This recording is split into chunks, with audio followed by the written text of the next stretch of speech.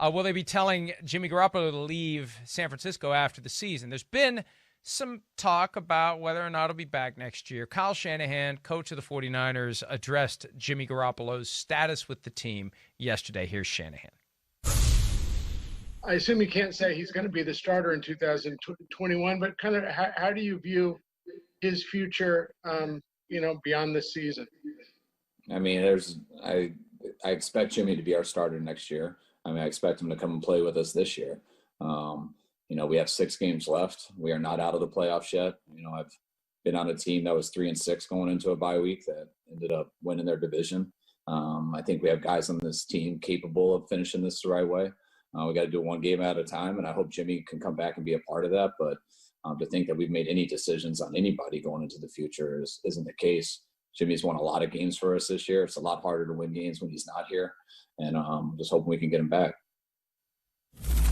Look, I don't put a whole lot of stock in I expect Jimmy to be the starter next year because he's not going to say anything other than that now, Chris. The reality is when the season's over, you don't know what the options are going to be. You don't know who's going to be available. Right. It's so premature. Yeah, I expect him to be the starter next year.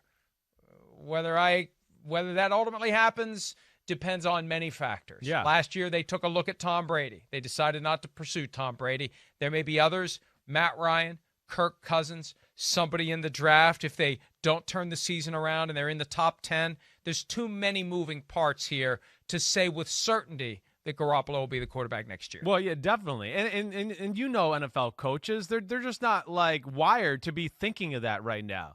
You could tell just looking at him there. I haven't talked to Kyle in forever, but I know Kyle when I see him pissed off and annoyed. And that was Kyle pissed off and annoyed because he doesn't like, the status of their team right now. So he's not thinking about anything in the future as of right now. And when you ask him questions like that, I think in this moment right now, he's going, well, damn, I don't know. I mean, when Jimmy G's there, we win. When he's not, we can't win. So maybe we freaking need him. That's probably really in the forefront of his brain right now to where that is a real conversation. And like you said, you don't know. The grass isn't always greener on the other side of the fence. So we'll see where it goes. We really will. And they're not out of it. That's what's crazy, too, is banged up and everything they are with the fact that so many of those teams in the NFC West have to play each other. And really a lot of these teams towards the bottom part of the NFC playoff standings will play each other. They still got a fighting chance here, like a legit fighting chance. They won't need a miracle. And I think because of that, he's still going, wait, I need Jimmy back now because we got a chance, and he gives us a best chance to win football games, and he thinks they probably could still be dangerous if they could find a way to get in the playoffs and be healthy somewhat.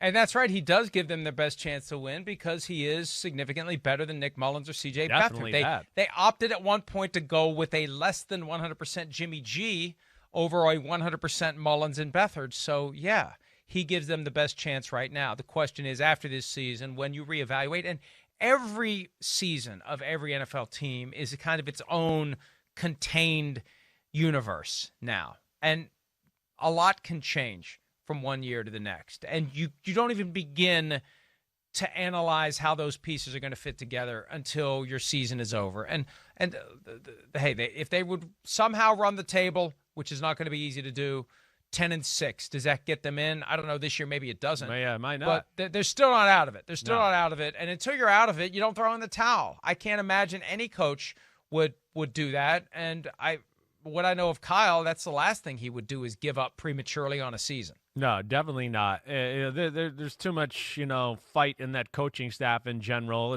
And the Jimmy G thing, I think, again, it's still to be evaluated. And like you said, it's going to be one of those things that it's going to basically come down to the season's over. And now we self-scout ourselves as a football team and we go over every player and really go, okay, this is what he did good, blah, blah, blah. Ooh, we wish he would have been better in this area. And then you start to go, how do I feel about him as our guy at that position? And they're going to do that for every position, let alone when they have that conversation, take into account who is out there that's available on their scouting board, free agents, maybe trade possibilities, all those things. And that's when those conversations happen. But that'll be not till 2-3 weeks after your football season is completely done to where they start to try to figure those things out.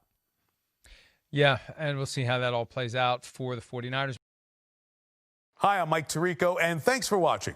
Make sure to hit subscribe for the latest news and highlights from NBC Sports.